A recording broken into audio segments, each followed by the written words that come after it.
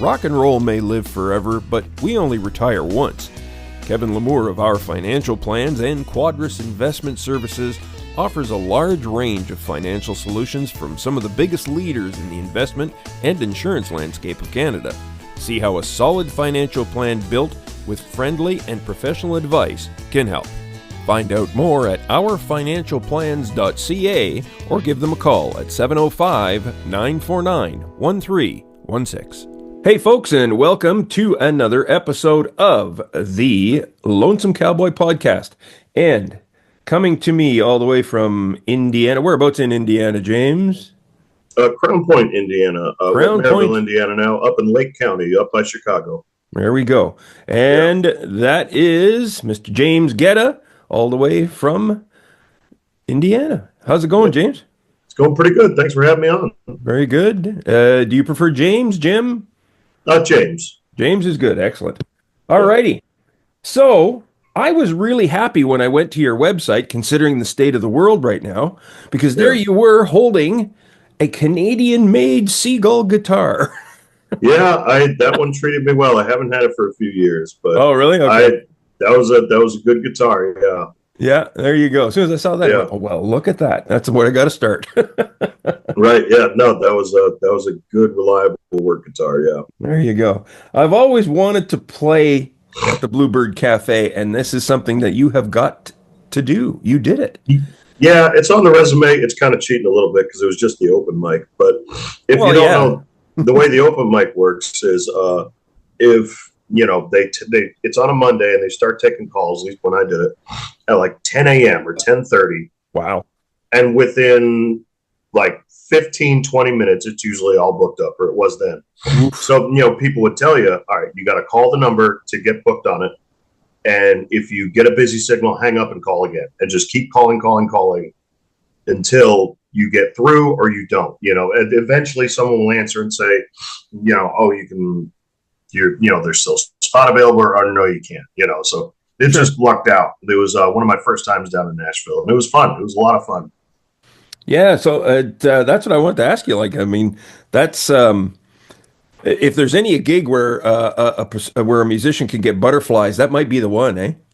Yeah. There was definitely some butterflies there. I was pretty nervous, especially, knowing the reputation of the place, all the greats that have played there and everything. Yeah, that was, I was pretty nervous. I did my song, She's Not the One, which was, I don't have any songs that are necessarily poppy, but that one's at least a little bit showy and dramatic, so that worked pretty good. But never been able to get back there. Anytime I go down to Nashville, I try, but it's tough getting in.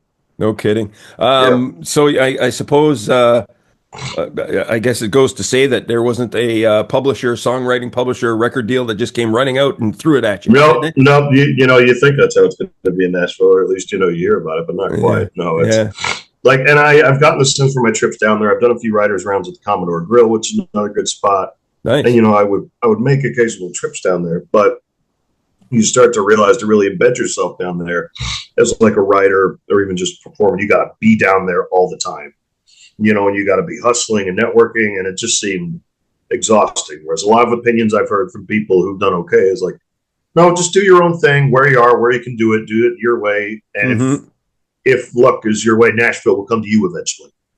Because also the thing is, I'm a full-time working musician, and at least from my understanding, you don't really get paid playing in Nashville. You play for the tip of it. You don't have guarantees, It's like if you're not selling tickets and like serious tickets, then just kind of SOL, whereas here in Northwest Indiana, within a 45-minute radius of where I am right now, there's probably 200 bars that can book you on a Friday or Saturday night. Wow. There's a bunch of places. I might be exaggerating a little bit, but I know plenty of people who don't leave, a 2-hour radius to Chicago, make their whole living, playing music and giving lessons and stuff. That's a really awesome thing to hear about. I'm very jealous because we probably have half that many bars, and they could care less about musicians. Some of them don't care, but like, and they tell you that by saying, here's $100 for 2 hours.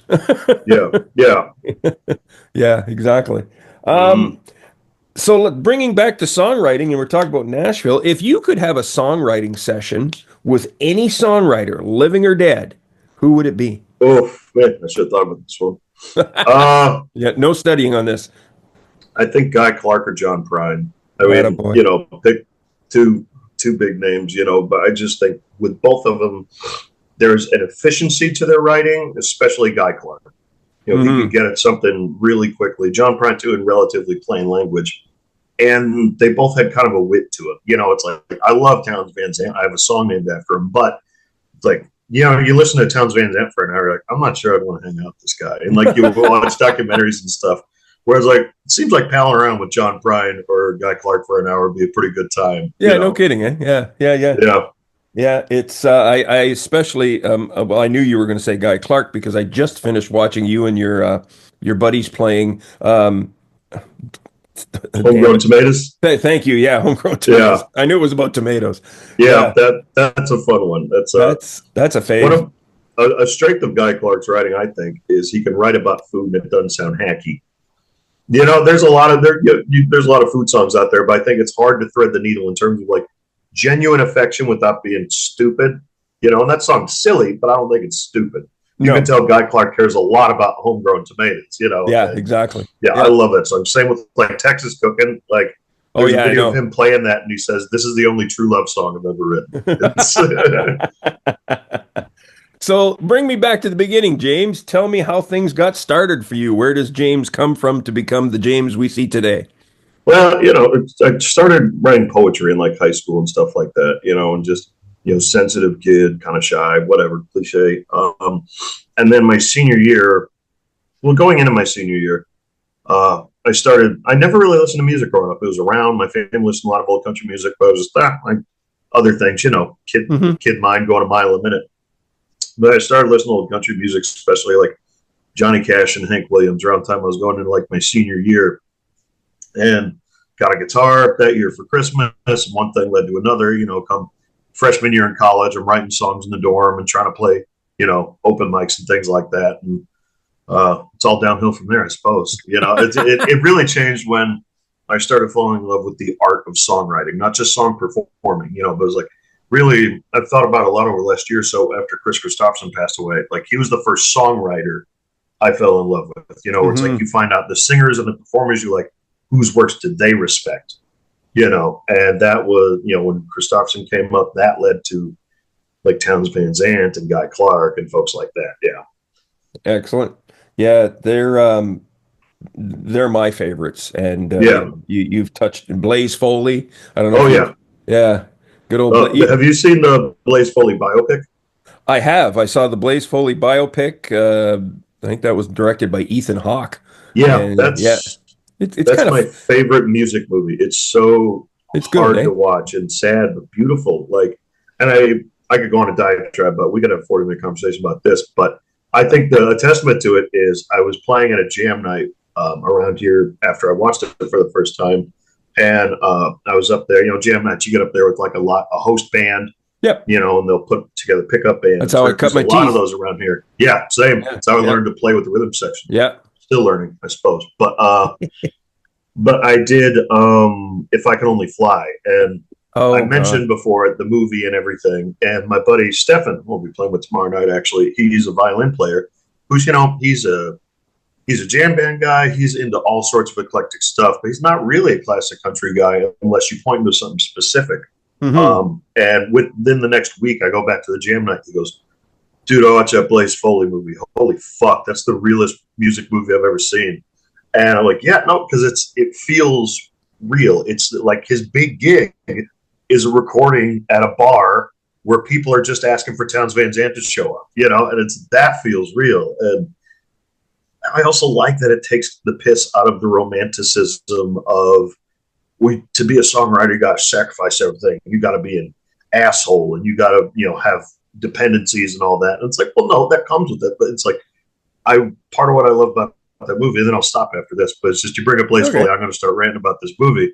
Is it kind of makes Townes Van Zandt look like he's full of shit. Like I forgot. I didn't even ask you if I could swear. Oh yeah, you All can. right. It's the internet, man. Yeah, I figured, but it's like there's the through line scene where he's doing the radio interview about Yeah, Blaze, yeah, I remember and that. Blaze's harmonica player is sitting right there and like looking at him, as he's taking things Blaze said or like repurposing it and remembering his life story and all that. It's like okay, this is portraying an interesting two sides of the coin Yeah, really. sort of thing. And yeah, Blaze was such a good writer. I Oh like God. underappreciated for sure. Like talk Hmm. about, all Yeah. the people that make it had to pass 1,000 more talented people that didn't. That's a thing to hear. Yeah. Not to decry anyone, especially like Stones Van Zandt, who made something of a success of themselves. But Yes. there's talented folks everywhere. But it's just all the variables of trying to make a go of music and I agree. songwriting and building an audience. Like, knock on wood. Whoa, my guitar just fell. That's fun. Don't do that. Don't do that if that's No, not your certainly Martin, not. please. No.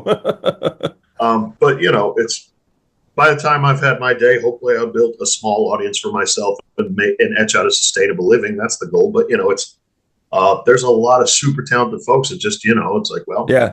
I can't quit the 9 to 5 because I got a family. Or I got to do this. It's a perspective that's important to keep in mind. I think, Yeah. especially when you are managing to at least do something. That's be grateful for what you got. It's that Ray Wiley Hubbard line. The days I keep my gratitude higher than my expectations, I have pretty good days. And they're not all good days like that because there's plenty of days where I'm playing to a bar, no one's really paying attention, but I'll leave $150 richer. But it's like, I'm an artist. Why aren't these people listening to me? And I get all grumpy. Then you remember, they didn't know you're going to be there. And, they left you $20 on the way out. You don't know what their day looked like. You don't know what their week looked like.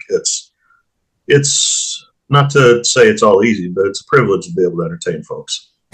Well, sir, you've just schooled this old man here. You made me all the more understand that I really have to work on that gratitude thing more than anything else. Yeah, It hey, seems to keep buddy, your I'm brain. bad at it myself. Yeah. I'm bad at it myself. That's Yeah. Well, you can hear me even online. You know what I mean? I crank it up because I want to see the musicians paid properly, and oh, for sure. Yeah, that's the and tough part. and that kind of stuff, and the way you get treated at venues sometimes. It's like, yeah, do I have a coin slot here? Is that what it is? Or you think you can just right. drop it in? Yeah. I tell people all the time, especially like there's a place I play at once a month. Love the bar, but it's a younger bar in a college neighborhood, Sure. and people, especially like early 20 somethings post pandemic, feel like they don't necessarily know how live music works.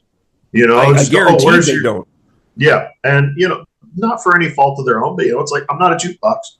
And even if I do know something, doesn't mean I want to play it or I'm gonna. I didn't do this to make viable economic decisions. I did this because I'm broken inside. Like Yeah, um, I like that when they also have an assumption about you too, because when you say to them, "I don't know that song," and the first yeah, reply is, "Oh, come on, yes you do," and it's like, you really don't want me to try to fake this. You're going to be no, yeah. upset. Oh, I can bring up the words on my phone. You can let Yeah. me sing it. Like you're missing the part where I don't know how the song goes, man. Like one of the funniest I got in recent memory. This may be 4 or 5 months ago. I was Yeah. playing at that bar in Chicago, and this girl comes up to me, real earnest, probably 22, 23 years old. Do you take requests? Yes, hon, I do. I didn't say hon, but it's like oh, do you take requests? Yeah, if I know them, I'll play them. If I know them, I feel like playing them. So okay, she scans my little sign I got, and within a minute, a request pops up, and it's one of the funniest pairings I've ever seen. She said, "Pink Pony Club" or the Eagles. And I'm playing classic country, singer-songwritery stuff, Americana. And it's just that pairing of, well, maybe this brand new pop hit, which admittedly is a very catchy song, and I've toyed around with learning it as a joke, or the Eagles. That made me laugh so much because I could see on her face, seeing who it came from, this girl meant it. She says, "This is what I want to hear right now." Like, yeah. Yeah, isn't that something? Yeah. Yeah. So, you said they send it up. You saw a request pop up. So do you use an app or that? Your What's that audio's all? cutting out. I'm sorry. Oh, I'm sorry. You said you used an app or something for that. For like you said, a song popped up, a request. How did that Yeah. work? So basically, I learned when, especially playing bar gigs, sometimes I go pretty long, and in that place in particular, I just made a sign with my Venmo because young people in the city can't be asked to cash out. They might not have cash, or it might be a cash bar or something like that. So I just Venmo will give you a QR code. Oh And yeah, I just right. put that on a sign with, and it's not, and people will usually, without me saying this is how the system works, because really I don't appreciate them thinking it works this way. So they'll send me $5 with the song request, Ah, and and I've had to say as a disclaimer, I all Venmo transactions are final. If you send me $5 and I don't know the song, you're not getting it back. This is not a menu. It's yeah, and I well, did, yeah, yeah, like not trying to be a stickler about it, but it's like it's the equivalent of a tip jar. If you put money exactly. in the tip jar and you ask for something, just because I don't know it doesn't mean you get to fish that $5 bill out of tip jar. Ask before you tip me Yeah, if it's contingent on me playing the song. Like, yeah. James, I yeah, think I think we're long lost friends. I see your T-shirt you're wearing is another favorite artist of mine, Willie Willie Carlisle. Carlisle. God, Yeah, man, that man makes me want to be better. yeah, yeah. What a Renaissance man, entertaining person. I've seen him a few times live. Oh, One of my really? favorite live shows I've been to. Yeah, A friend of seen mine him in. opened for him, Creekbed Uh, Carter Hogan. oh wow, I've been trying to open for him. I send his management an email every few months to just see, but it's just, oh, we'll keep you in mind. It's like Yeah, one of those exactly. things. Yeah. But so talented and nice guy too. Like I I talked to him after one of the shows when I was buying some merch. I said, "Man, I'm a singer songwriter. I'd love to open for you." He goes, "Man, I hate telling people no. I hate having to make those decisions. So you got to email management. This isn't like you can't."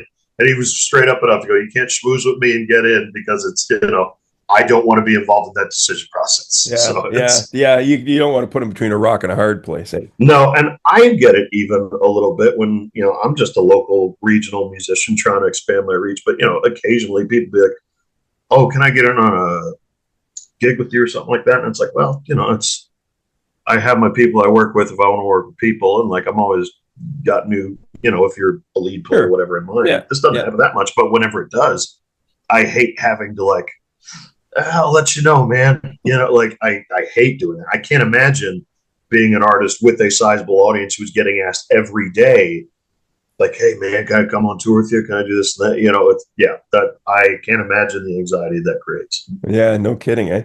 Mm, I want to ask you about your new album, South of Mars, but yeah, and I'm going to spark you off because I love setting you off because you always have great responses.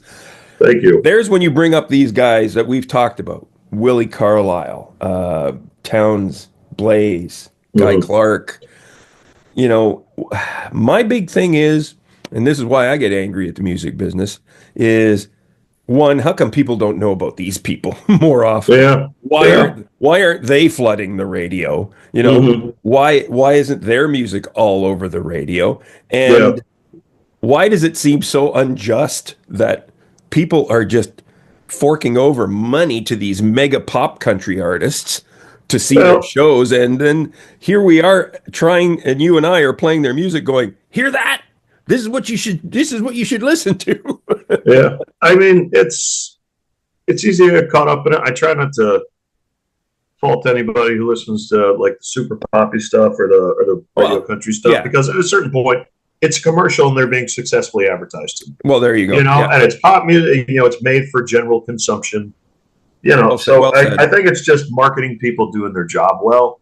Okay. And maybe I don't have an ear for pop music at all, but it must be someone's doing something right if it's making all that money. I figure I Yeah. would also love if the Willie Carlisles and Sierra Farrells of the world got more radio play and more people knew who they were.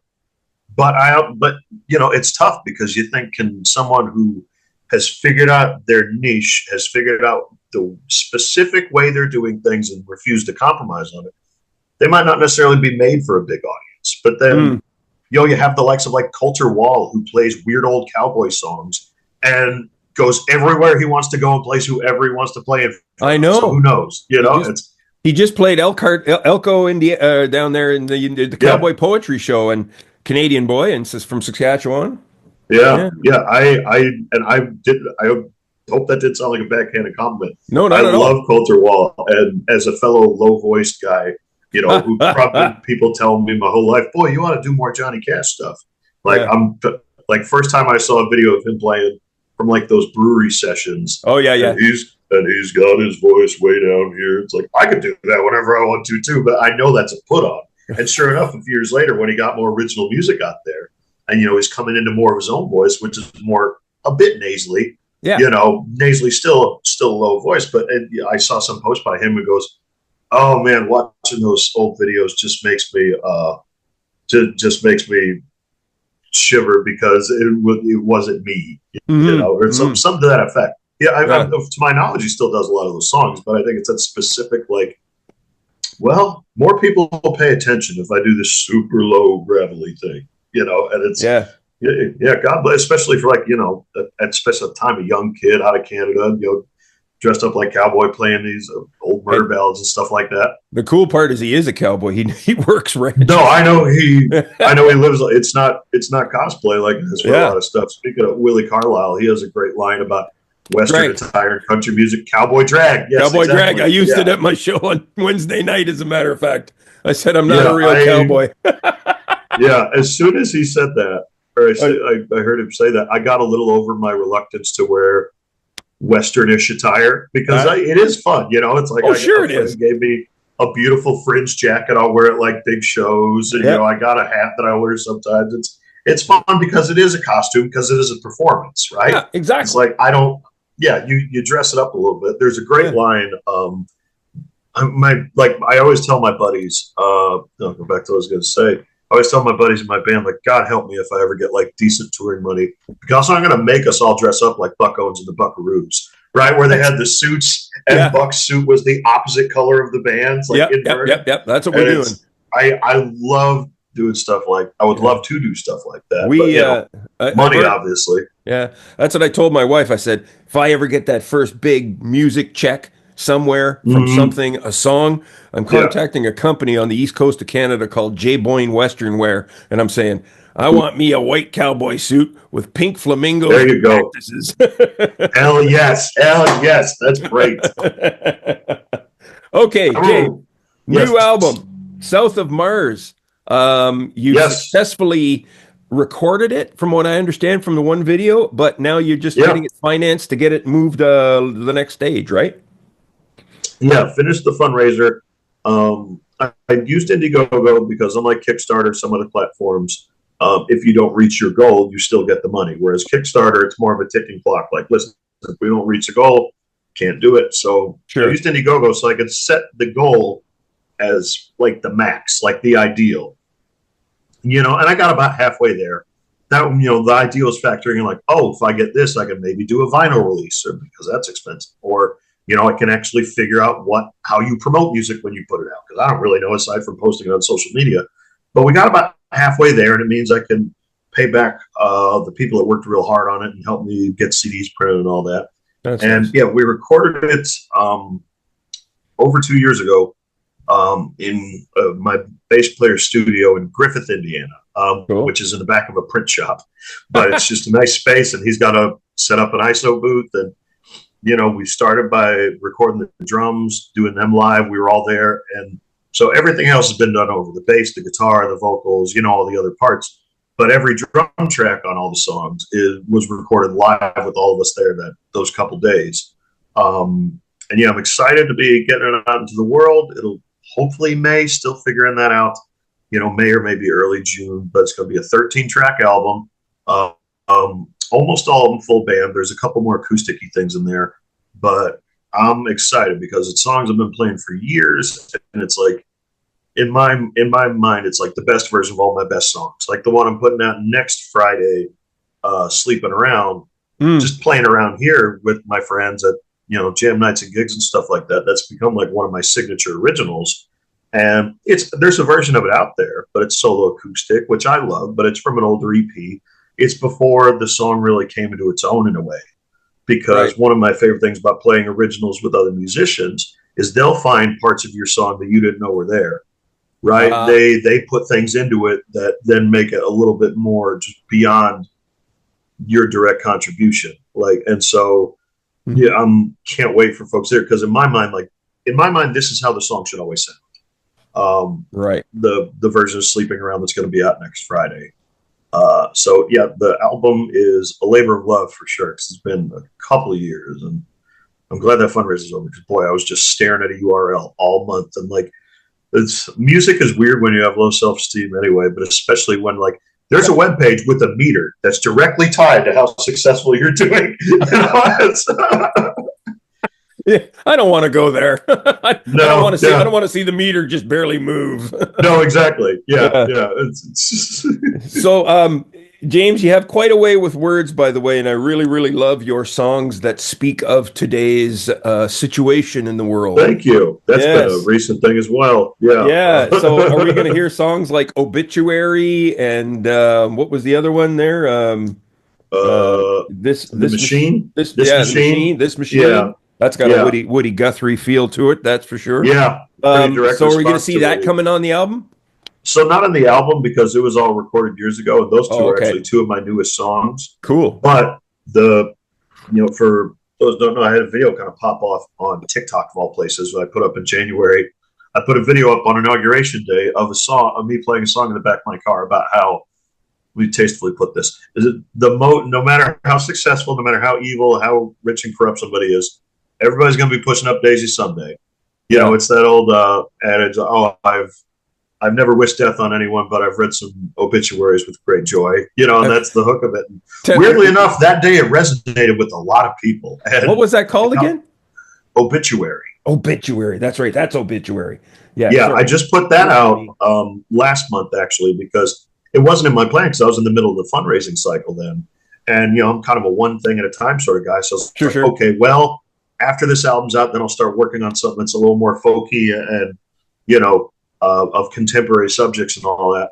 But then comments kept coming in for like thousands of people going, "Hey, is this on Spotify yet?" Like, oh, I want to listen to this. And when more people are paying attention to this one song than anything I've ever done, you make plans and you listen to them, right? So I got together with a friend of mine who runs a studio here in town in Maryville, Indiana, at Region Buzz 219, and we laid down an acoustic version of it with some harmonica and just leaned into the very melodramatic Johnny Cash American recordings era sort of sound. A lot of reverb, Yep. a lot of echoiness and warbliness. Yeah. So put that out a month ago. But so I do think, not announcing anything like that, but I do think before the year's up, I want to put together like not necessarily a full band thing, but maybe just like a string band sort of feel, like bass, fiddle, maybe a slide guitar sort of combo, and do 5 or 6 like of those folky type songs of mine. Sure. Because I have a few. I even have a few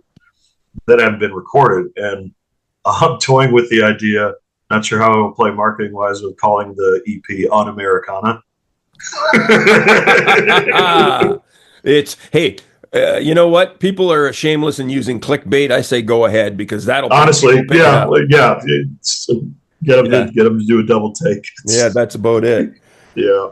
So, James, do you think we'll see the music business finally become a place where musicians are the priority rather than just a means to an end? The way it's going, like, I mean, with the musicians started to slide. Like they used to be, well, that's what you wanted. And now it's like, do you really want to do this? I'm not sure. Like, I wish I could see it. If I could accurately pick that kind of thing, I'd be I'd be making a lot more money, But I'd like to think so. Like things, I feel like they kind of go cyclically. They ebb and flow, they rise and fall. And especially right now, we're in this big push for AI and just sheer content generation, and this very, very aggressive form of late stage capitalism where everyone's working 3 different jobs. And I feel like eventually that's going to ebb back the other direction, and the focus returns more to creativity and musicianship and virtuosity and all that. I'd like to think so. Mm-hmm. It's just, what else can you hope for doing this? But I mean, Right. I think at the very least, troubled times at least give inspiration for good art. And Lord knows times are troubled right now, not just politically, but economically. I just saw last week, but Nick Shoulders had to completely rearrange his touring arrangement. Nick Shoulders, a guy who also seems to be on that tour of like I thought guys who could, oh yeah, that guy can probably just play any market he wants at like a decent sized room and people will show up, and that seems to be the case. But still, just even if you're selling records, even if you have a loyal audience, and even if you have the means to facilitate aggressive touring, if you want to do right by your bandmates, you can't necessarily have them on the road all the time. And that broke my heart reading his post about it, because he goes, because I'm a band leader, when I bring my guys anywhere, I'm buying dinner, and if there's a bar tab that we still have to pay, I'm taking care of it, And reading him, I was like, oh no, the band gets a per diem. I take care of their accommodations. I take care I thought that was amazing. All this, then even giving the band a merch cut. I was reading this. He goes, man, this is a guy who's trying to do right by his friends, by his fellow musicians, and even at the stage of success that he's at, it's still untenable to do full time with accompaniment, and that's heartbreaking to see. It's discouraging in a sense, but it makes you feel like, it's two ends pushing against each other, like the practical realities of it versus the will of the audience and all that. But just like the one from Dr. Doolittle there, the push me, pull you, Never know where you're going. Fingers crossed, Yeah. Well, that's very well done, sir. I appreciate your great words, and I hope the folks find that helpful in what you had to say. James, do tell everyone where they can find you, and socially, web-wise and music-wise, and tell them all about that. All right. Well, I'm James Gedda. Like I said, right now based in Chicagoland, but always trying to travel out further. And you can find my stuff at jamesgeddamusic.com. That's James Gedda, Gedda. There's also more of my socials and current stuff I'm pushing can be found on my link tree, which is linktr.ee/James Gedda, Gedda, I believe. Yeah. But I'm sure you get too, being a musician, right? You wear 15 different hats, and the smallest part of your job is getting up on stage playing in front of people. Sometimes that's how it is. So ain't it though? Yeah. But one of my favorite things I've been doing since more people have been listening to my stuff, I never try to do the outro, but one of my favorite things is, as more people watching that one video, I said, okay, in the comments, put where you're from and put the local bar that hires music, because that's usable information. So that's something I've been pushing lately too. Like, let me know what the small bar, brewery, or distillery is in your neck of the woods that hires bands, and hopefully get out there to see folks. Hopefully I'll get up into your neck of the woods sometime. Yeah, hey man, I'd love to have you. It would be fantastic. I can actually look out my front window and see Michigan, so you're not far to get across. Okay, yeah, that's not bad at all. Yeah. There you go. All right, folks, I'm going to put a link to James's website when we get this podcast up. He's got a few more folks ahead of him, but we're going to get him in there. James, I can't thank you enough for coming on here. It's fantastic, and I'm glad we got the bond over some cool songwriters. Yes, definitely. Good conversation. I appreciate it. Thank you. Outstanding. All right, folks. Thank you again.